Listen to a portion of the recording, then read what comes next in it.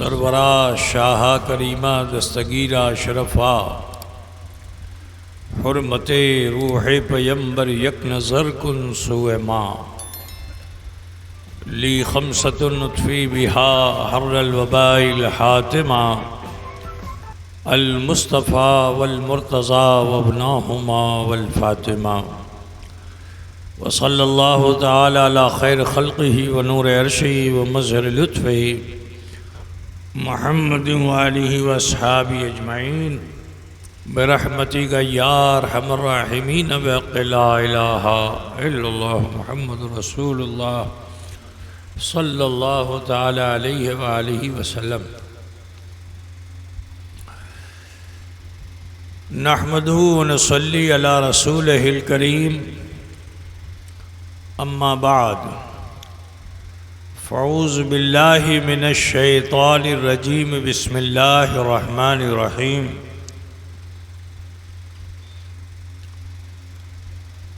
या अय्युहल्लज़ीना आमनुत्तक़ुल्लाहा व कूनू मअस्सादिक़ीन। सदक़ल्लाहु मौलानल अज़ीम व बल्लग़ना रसूलुहुन नबियुल उम्मीयुल करीम व नहनु अला ज़ालिका लमिनश शाहिदीन वश्शाकिरीन वल्हम्दुलिल्लाहि रब्बिल आलमीन। बिरादर मुकर्रम ज़ुल मज्द वल हशम, जानशीन अशरफुल उलमा हज़रत अल्लामा मौलाना अलहाज सैयद शाह खालिद अशरफ अशरफीउल जिलानी मुद्दज़िल्लहुल आली सरपरस्त इजलास व दीगर मुअज़्ज़ज़ उलमाए मिल्लत इस्लामिया, तलबाए उलूम दीनिया व हाज़रीन बज़्म, अक़ीदत व खुलूस के साथ आइए हम और आप मिलकर अक़ाइद व जहाँ सैयद आलम नूर मुजस्सम जनाब मुहम्मद रसूलुल्लाह सल्लल्लाहु तआला अलैहि व आलिहि वसल्लम की बारगाह बेकस पनाह में झूम कर हदिये दुरूद पाक पेश फरमा लें। अल्लाहुम्मा सल्ले अला मौलाना मुहम्मद व अला आले मौलाना मुहम्मद सल्लल्लाहु अलैहि वसल्लम। अशरफुल औलिया सुन्नी कमेटी की जानिब से हुजूर अशरफुल औलिया का 25वां सालाना उर्स बड़े तुज़ुक व एहतशाम के साथ आपकी बस्ती में मनाया जा रहा है और सरे शाम से आप उलमाए मिल्लत इस्लामिया और शोरा इस्लाम के ज़रिए तकारीर व मनक़बत समात फरमा रहे थे। अभी हज़रत से भी आपने एक दिलपजीर नात को समात फरमाया। यह तो हज़रत का बड़ा एहसान है कि इन्होंने अपने गिरां क़द्र वक्त को मरहमत फरमाया और इस मजलिस की जीनत बने। अल्लाह ताला हज़रत सैयदुल मशाइख़ की उम्र में बरकतें अता फ़रमाए और इनका साए आतफ़त हम सब के सरों पर दराज फरमाए। वक्त ज़्यादा नहीं है कि इसमें कोई लंबी चौड़ी तकरीर की जाए, लिहाजा हुजूर अशरफुल औलिया अली रहमत व रिज़वान की ज़िंदगी के चंद गोशे आपके सामने रखकर मैं रुख़सत हो जाऊंगा। पहले तो कुरान पाक की इस आयत करीमा का तर्जमा समात फरमा लें कि अल्लाह रब्बुल इज़्ज़त इरशाद फरमाता है, या अय्युहल्लज़ीना आमनुत्तक़ुल्लाह व कूनू मअस्सादिक़ीन। कि ऐ ईमान वालो, अल्लाह से डरो और सच्चों के साथ हो जाओ। अब डरना कैसा होना चाहिए? एक डर तो ये है कि जो आपको तकलीफ दे इंसान उससे डरे, सांप से डरे, बिच्छू से डरे, जालिम इंसान से डरे।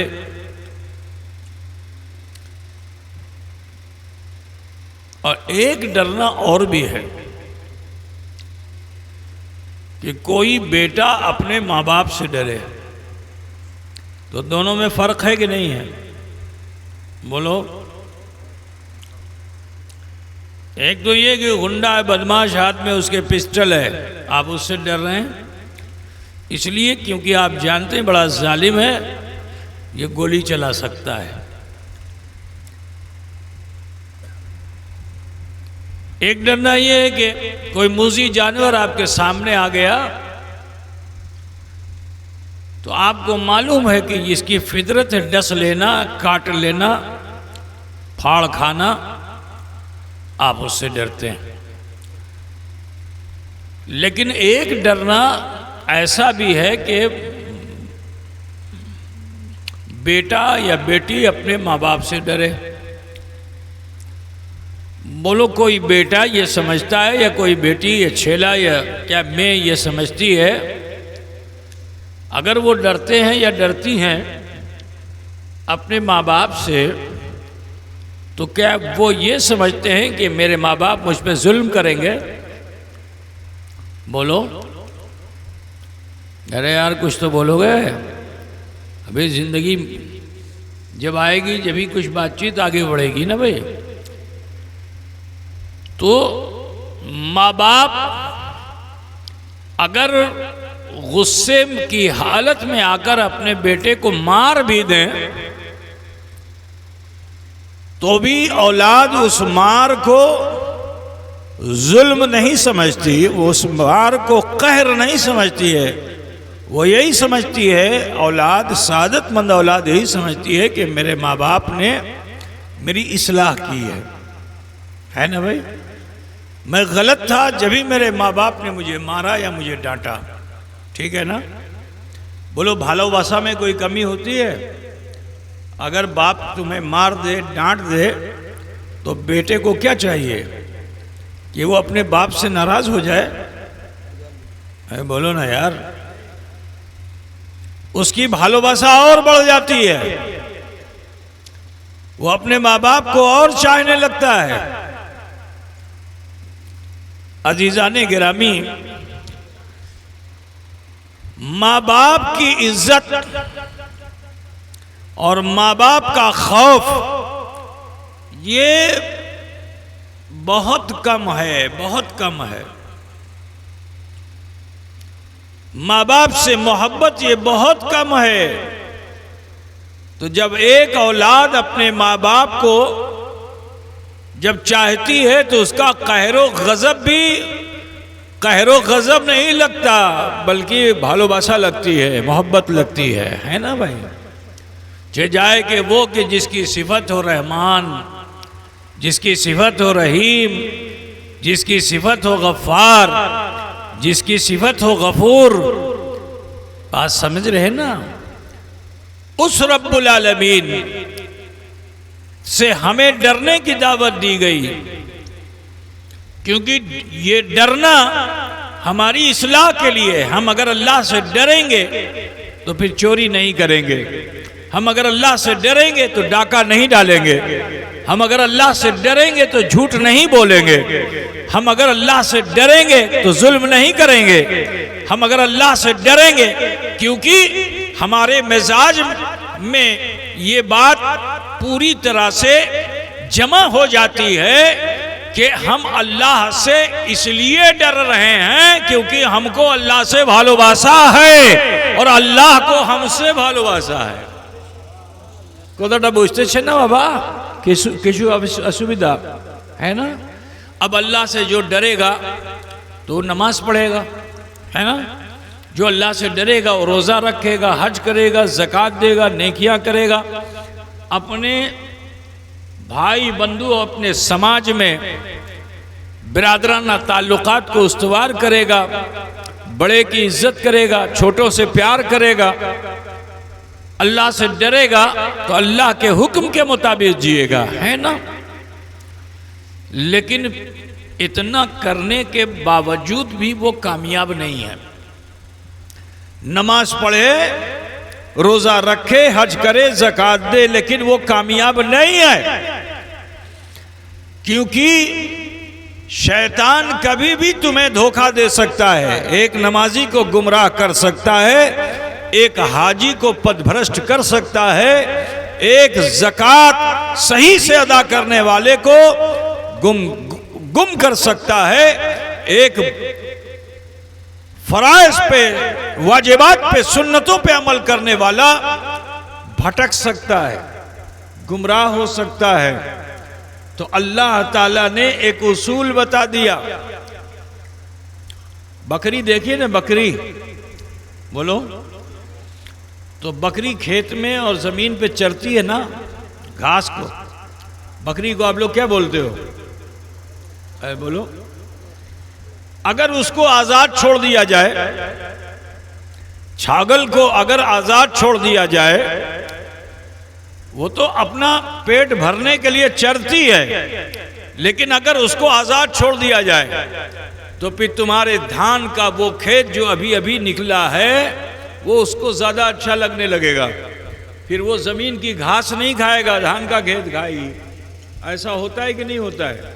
तो हमने बंगाल में ये देखा कि जो लोग छागल पालते हैं तो उसको चरने की जगह तो देते हैं मगर खुला नहीं छोड़ते, क्योंकि खुला छोड़ेंगे तो ये चरने के लिए गलत फिर जाएगी ऐसी जगह पे जिससे इससे गलती होगी, और जब गलती होगी तो इससे सजा मिलेगी।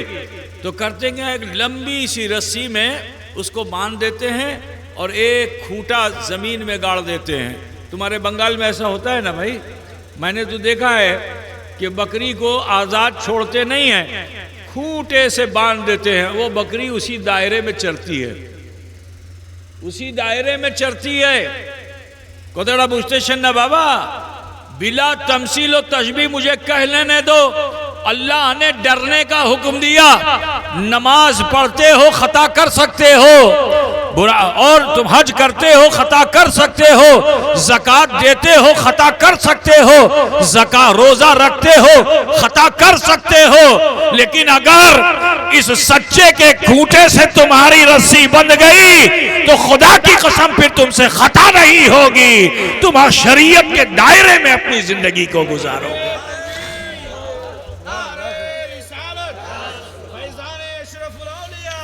इसीलिए रब ताला ने इरशाद फरमाया, वरना इतना ही काफी था कि अल्लाह से डरो, लेकिन अल्लाह ने क्या इरशाद फरमाया कि वकुनु मा सादिकीन, यानी सच्चों के दामन से बंधे रहो, सच्चों के दामन से बंधे रहो। जब इनसे बंधे रहोगे तो फिर बुराई की तरफ नजर भी नहीं करोगे, फिर तुम्हारी सारी नजरों का मरकज तुम्हारा महबूब होगा, तुम्हारा मुर्शिद होगा, जिससे तुमने निस्बत अख्तियार कर ली है ना भाई।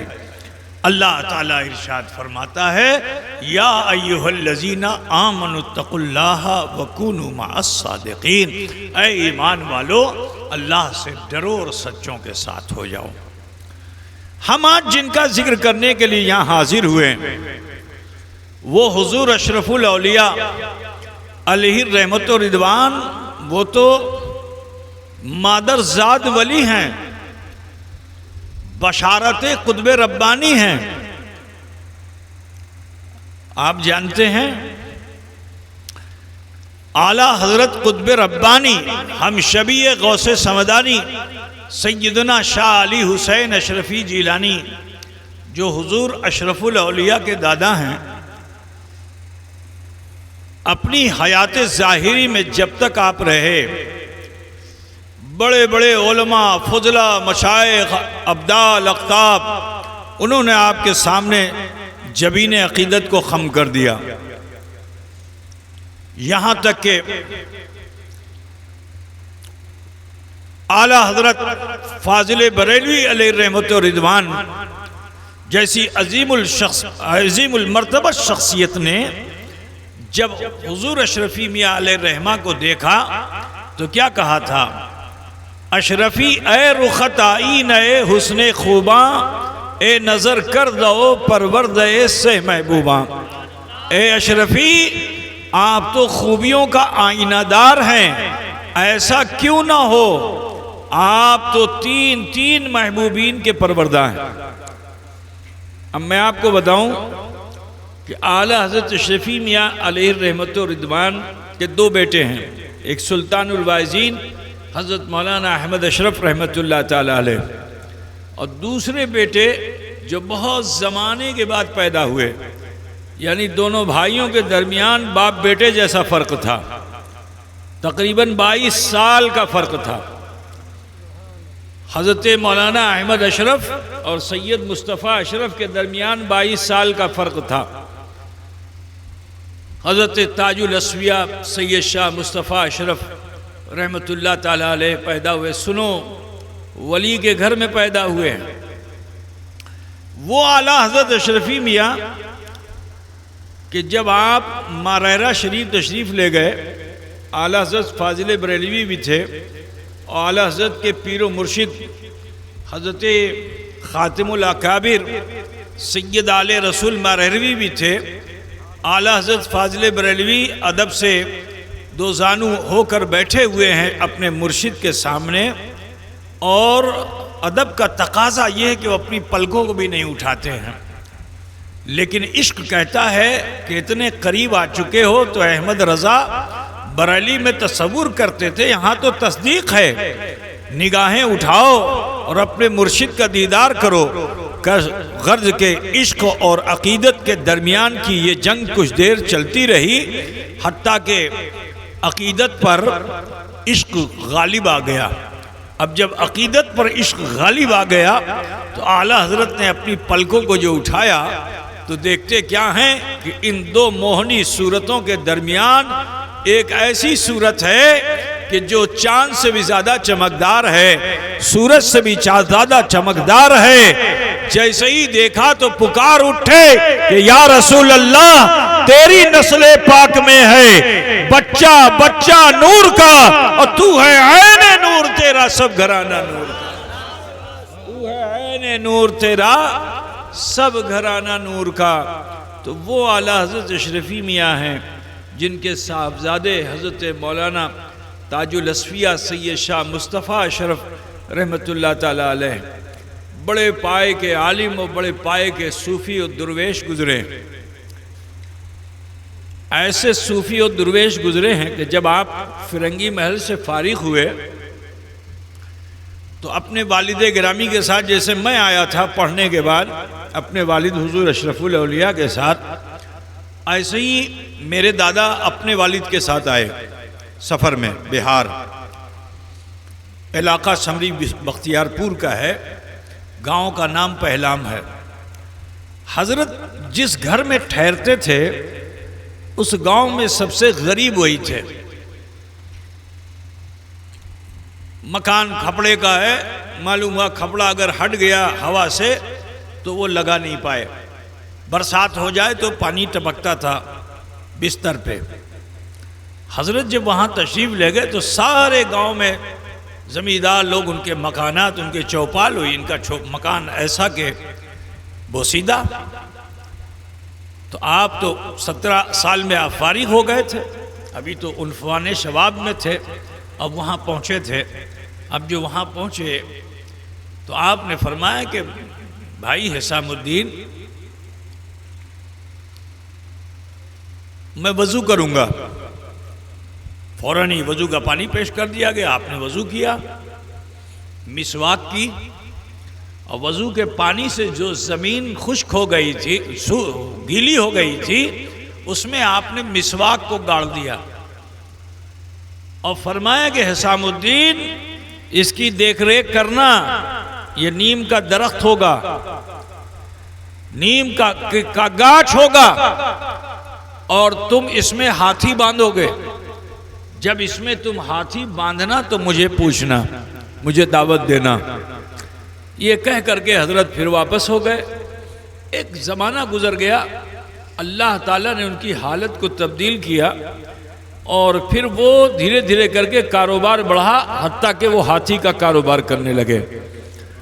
और हाथी लाके दरवाजे पे जैसे ही बांधा उसी दरख्त में कि वो हाथी बीमार पड़ गया। बहुत इलाज मुआलजा किया मगर ठीक नहीं हुआ।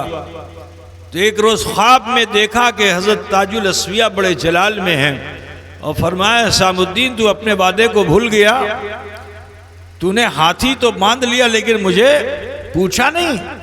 ये सपने में देखा, आंख खुली तो फौरन ही बिस्तर बांधा और कछौचे की तरफ रवाना हो गए।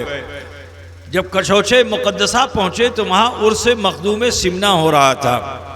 दरवाजे पे पहुंचे तो मुलाकात हुई, सलाम अलैक हुई। अभी ये कुछ कहें कि हजरत ने उससे पहले ही फरमाया कि हिसामुद्दीन, अरे परेशान मत हो, तुम्हारा हाथी नहीं मरेगा। अब मैं मुर्शिद का उर्स करके चलूंगा। गर्ज के हजरत अशरफ जहांगीर सिमनानी का उर्स करके हजरत वहां पहुंचे और पहुंचने के बाद आपने गुड़ पर दम करके उस हाथी को दिया तो उस हाथी ने अपने सूंड में उस गुड़ को ले लिया और उसे खा लिया। खाना था कि खुशी की लहर दौड़ गई कि हाथी तो ठीक हो गया, हाथी तो ठीक हो गया। हजरत ने फरमाया, देखो कारोबार तो कर रहे हो मगर इस हाथी को मत बेचना, इस हाथी को मत बेचना।